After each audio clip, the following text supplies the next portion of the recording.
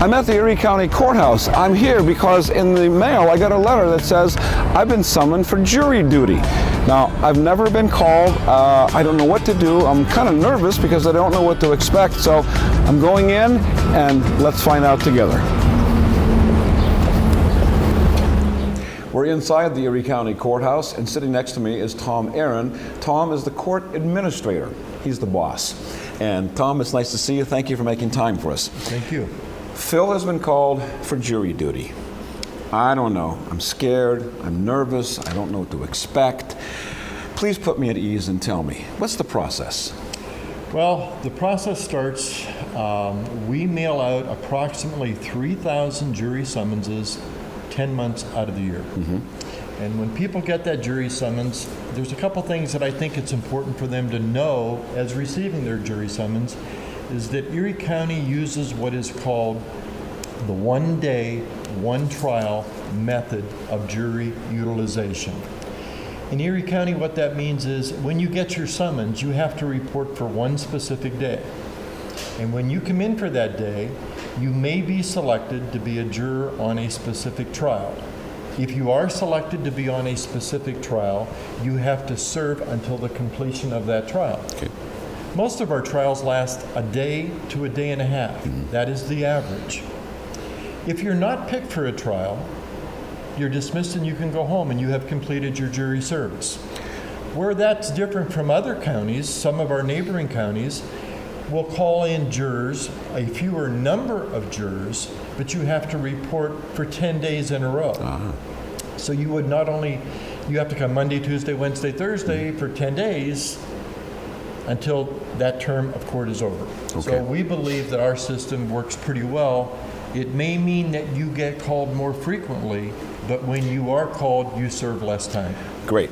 Now, how do they call me? What's the pool they choose from? Where do they get? I've been called maybe, I think 3 times. I've never been chosen. Some people have been called 4 times and been chosen twice. How does that work out? Let's start first of all with, how is Phil's name on the list to be called? Well, we currently, the last 3 years, we receive a disc from the Administrative Office of Pennsylvania Courts in Harrisburg.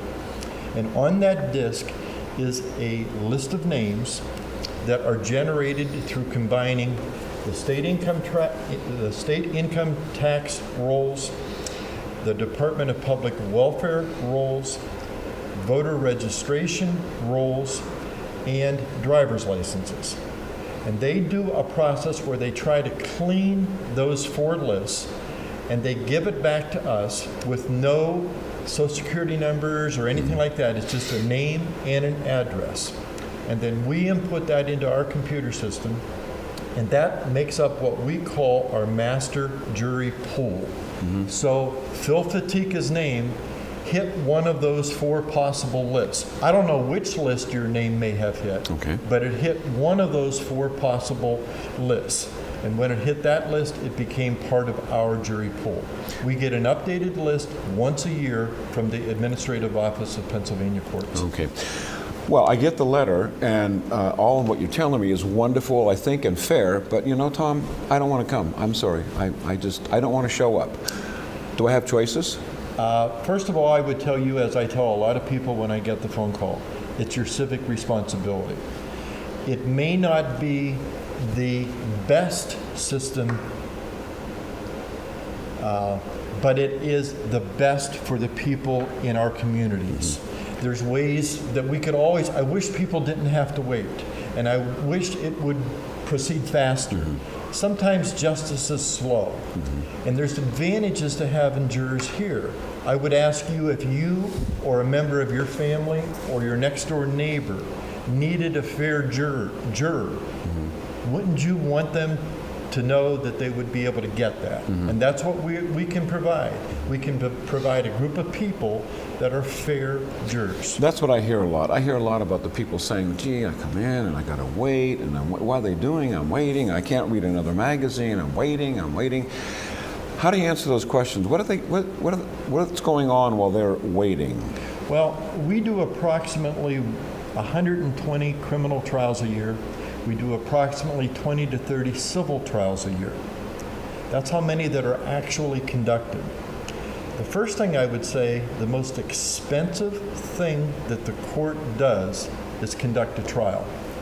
Anything we can resolve without the need to have a trial saves the county taxpayers money. But while you're in that jury pool with 120 other people, waiting to see if your number is going to be used in a specific jury pool to be taken to a courtroom, you have to remember that we have typically an attorney on two sides, either the prosecuting attorney and a defense attorney, or in a civil matter, just simply two attorneys, two different sides. They are negotiating because typically they try to work out a situation that they can resolve the matter before it gets in front of the judge.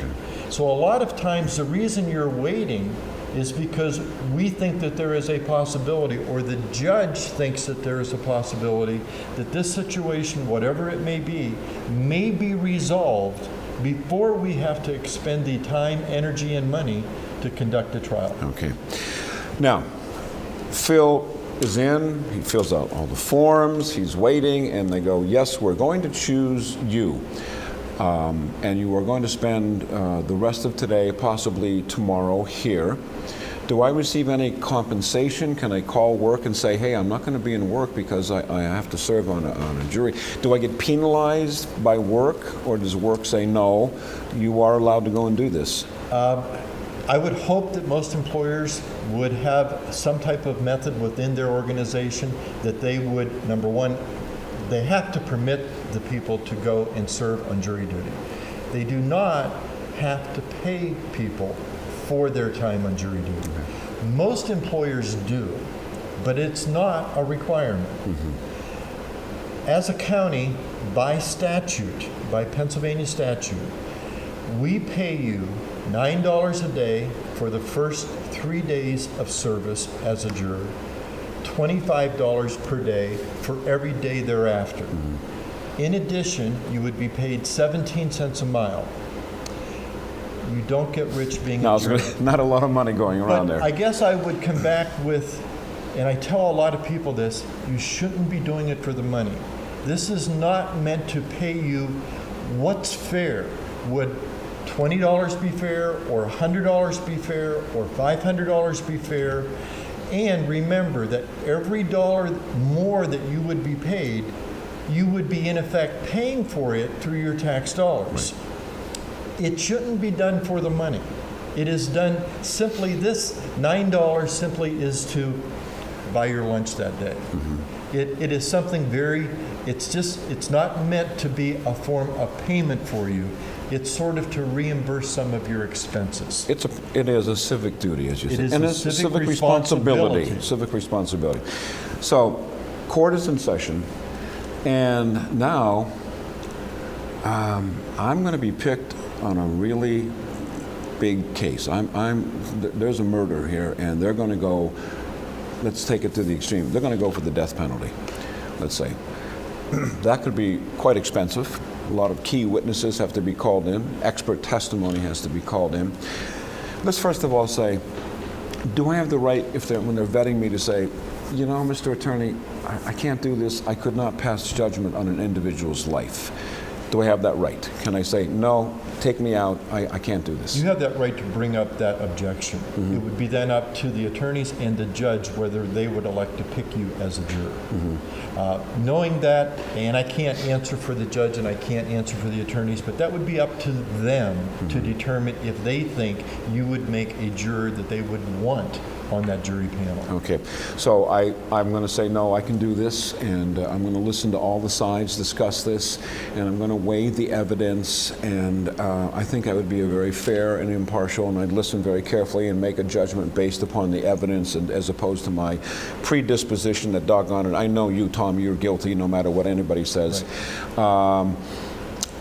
That would be acceptable to both sides, and I would continue, and I would go forth, and I would serve, and I would render a verdict. And Correct. That would be the way it happens. Now, let's talk about something that perhaps doesn't happen here, grand juries. How do you get chosen for a grand jury? And they seem to be rather non-transparent. You don't know who they are, you don't know what they're doing, and yet they have enormous power to say, again, Tom, you committed some very serious acts here, and we've done some serious investigation, and you're going to be in for some serious trouble. Do we have any grand juries functioning through your office? They wouldn't actually function through the Erie County Court of Common Pleas or my office. I believe there is currently a grand jury that is seated in the state of Pennsylvania. And when they seat a grand jury in, for example, Pennsylvania, they pick jurors from all across the state. They may have selected 3 or 4 people out of Erie County that are currently sitting on a grand jury that you nor I are aware of, because it is kept in secret. Right. You're not supposed to know who is on a grand jury. Right. That's done at a statewide level. That's not done at a local level. Okay. So let's come back statewide then, or locally rather. So we're going to have a case involving somebody, and there's always going to be a victim. And what happens, not getting out of the jury mode for a second, is there anybody here that has any counseling for the victims? Is there, what happens to these people who feel that they're aggrieved and I've been through a horrible situation and I don't know how to handle it? Through the district attorney's office, they do an excellent job with victim services and victim witness programs. In fact, there's a victim witness office located on the 2nd floor. During a trial, they can take family members of victims, the victims themselves, key witnesses, and keep them separated from the general public during breaks in the trial, before the trial starts, after the trial ends. And that's where they really work with the victims and the victim families to make sure that they're prepared as to what's going to happen that day in trial, how it's going to happen, what they should be prepared for, that type of thing. Part of that victim defendant possibility is the fact that I believe here in Erie County and maybe in Pennsylvania, television cameras are not allowed in the courtrooms as the trial is going on. Is that correct? It's even more severe in Erie County. Okay. They're not only not allowed in the courtroom, cameras technically are not allowed without special approval on the 2nd floor of the courthouse. Which is where the district magistrates... Which is where all the courtrooms okay. for all the judges, of the 9 judges, all the courtrooms are located on the 2nd floor. I jumped ahead of myself. So what the people at home are seeing is the defendant being brought into a district magistrate to determine what, and you will always see them come down the hall and go in the door, and then the camera stops. The camera cannot go into that particular room there. Correct. Okay. What is going on at that point in time with that district magistrate? It's called a preliminary hearing to determine if the charges against the individual are severe enough or meet the threshold that they need to be bound over to the Court of Common Pleas, which would be on our level. Okay, and that would be up on the 2nd floor. That would be on and the that 2nd way you floor. never see a camera in the courtroom. Or in the hallway. Or in the hallway. They okay. do not film people coming into or out of a courtroom on the 2nd floor. If you see pictures of sheriff's deputies walking a criminal defendant, it is not on the 2nd floor. Mm-hmm. It may be when they put him in a car, it may be when they brought him into the building, but it would not have been on the 2nd floor. And is there a reason why they won't allow that? Is it It's for this compromise security. of... Well, for one thing, it's very simple.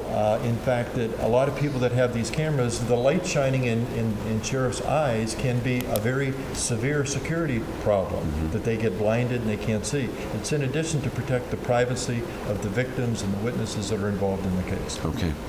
Let me ask you this obvious question. Have you ever been chosen for jury duty? I absolutely have. Yeah. In fact, I spent 3/4 of a day sitting in the jury room because it was my turn. But I can also tell you a story that I got this job as court administrator in December of 2004. Okay.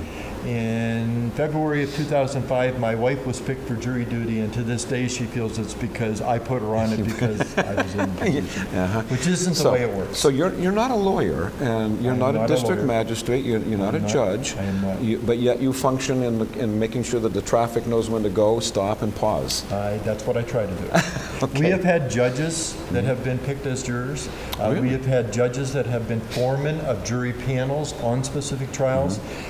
Everyone says, what do I need to do to get out of jury duty? And my answer to that is, it's your civic responsibility. You should be asking, what can I do to get on a jury? But I would also like the public to be aware of, we will do anything within my office, that if you get a jury summons in the mail, and for whatever reason, you have a doctor's appointment, you have a trip planned, you have a busy week at work that week, we will reschedule you. We will work with you and say, okay, if you can't do it on this date, we would be more than happy to reschedule you for 2 or 3 months into the future. We won't cancel you. We won't take your name out of the jury pool, but we will work with you to make it as convenient of a process as we can make for you. There are a faction of the public that talks about jury nullification. I don't have to listen to what the judge told me. I pretty much can do what I think is the important thing to do. And, you know, as I said earlier, Tom, you're just a skunk and you're going to be found guilty. I don't care what the evidence says. How do you combat that, or how do you respond to that? Well, my answer to that would be, again, if I or a member of my family was a victim in a case, I would hope that jurors would listen to the evidence and based on that evidence, determine the guilt or innocence of the individual that has been charged with that. And I would hope that they would listen to what the judge is telling them and take that into consideration when they decide that person's guilt or innocent. You know, again, it's not right for people to be able to say, well, I should be allowed to get as drunk as I can and jump in a car, and there's nothing wrong with that. Well, I don't think we should have a society that would permit that to happen. Okay. There are so many just wonderful questions that you're bringing up. I'm trying to make sure that we can cover so much basis. Briefly, we pretty much have followed a history of the English law system where we have a judge, we have attorneys, we have a jury of our peers, so to speak. Correct. And everybody doesn't do it our way. But does it work for us this way? Or is there considerations of changing it and saying, they might do it a little bit better over there? We got to investigate that. I believe that the system is always being tweaked a little bit. We're trying to make enhancements. We're trying, for example, we used to just pull jurors from a voter registration list. Now we are polling jurors from 4 lists. We're trying to expand and we're trying to be more inclusive to get more people involved in the jury process. We don't want to exclude anyone. So from that standpoint, we're making it better. You know, there is more requirements on attorneys now. For example, in a homicide case, a death penalty case, attorneys have to be death penalty certified. So there's more restrictions so that we're guaranteeing that we have the best system that we can possibly have. A lot of people come in all the time and they think it's going to be like the TV shows, it's going to be like the movies. Perry Mason, you know, all of a sudden somebody stands up and says, I can't stand it, I did it. And I think maybe that preconceived idea that they have is part of the negatives working against them. Why isn't this going faster? Why am I still sitting here? Well, how come it's not done? And I should be. Does anybody ever come in and say to them, here's what's going to happen in the course of your being here, so please be a little patient. It's not like TV, it's not like the movies. I know that the district attorney, Mr. Zanieri, will say that. Don't expect Perry Mason here or whatever show is current to come in. Is that a good, fair thing to say? That? Oh, very much so, and I think most of our judges would give them that explanation when they get into the courtroom as well as like the district attorney's office. They would inform the people that this is not TV, and it will not be conducted like TV. This is reality. Speaking of judges, she wield enormous power in that courtroom. We are a nation of laws. And as it's been pointed out, this is the Erie County Courthouse. How do you get to be a judge? Yeah, what do you have to do? Judges have to be elected. They are elected by the citizens of the community of Erie County.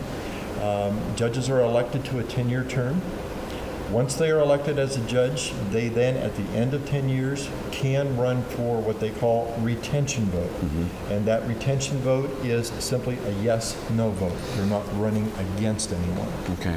District magistrates run for a 6-year term, and they are also elected. A lot of people have said, as we've got a couple minutes left here, a lot of people have said, why don't you just have this go on all year? Why do you have such a small window in which these things are occurring? Why does the trial only the term go from here to here? Preparation of defense Again, and it's prosecution? part of the problem. You have limited number of defense attorneys, limited number of prosecuting attorneys, and they need time to prepare the next case. And if it was your case, you'd want them to have that time. Correct. Yeah. We got a couple of minutes left. Let's review here again. Phil got the letter in the mail. Please come to the Erie County Courthouse. You have been selected to be a possible juror, and you need to show up. Don't be nervous. It is your civic responsibility, if not, maybe your civic duty. I'd like to even go a little more than that. People will treat you with kid gloves and fairness, and the process is well in hand because Mr. Aaron is in charge here. He knows that things are going to happen for the best of everything. And you're going to come out of this, really, I hope, a better person. I hope people You're have going to a learn great the process understand. of the court system. You're going to see the different side of it that you may not have ever seen before. And I think you're going to learn from it. We have a lot of people, surprisingly, that do contact us and say, how can I get on a trial? So we also have the other side of it, that people don't intentionally try to get out of it, but they forget to show up. And they call us a day later and say, what's going to happen to me? I didn't show up. Again, we try to be as flexible as we possibly can. We try to work with individuals to reschedule them if they have to. But if they truly forgot about it, we simply reschedule them for a future term. If somebody doesn't show up and we don't hear from them, the court's taking a very strong role currently. And the court is trying to get in contact with those individuals, and we write them a letter. In fact, the president judge will write them a letter and say, you had jury service and you failed to show up. We're going to reschedule you. It's very, very important that you come the next time that you are rescheduled. If they would ignore us again, the court may charge them with contempt of court. And based on the circumstances, after a hearing, they could be incarcerated for failure to appear. We have not ever done that, but it is something that the court takes very seriously because we don't want people to feel that they can simply ignore it. Tom, I've learned so much from you today. Thank you so much. Again, it's Tom Aaron, and Tom is what is called the court administrator here at the Erie County Courthouse. So, thank you for making me feel better. I have my letter here. I am going to show up for jury duty. I know that it's going to be sometimes a little slow process, but I will be patient knowing what I know now going in. So next time you get the letter, don't be afraid. It's a very comfortable process, and again, I have to reiterate, it is a civic responsibility. And a little harder, as I said, maybe even a civic duty. It is. Serve as a juror. You'll be the better person for it. Thanks for being with us. I'm Phil Fatika.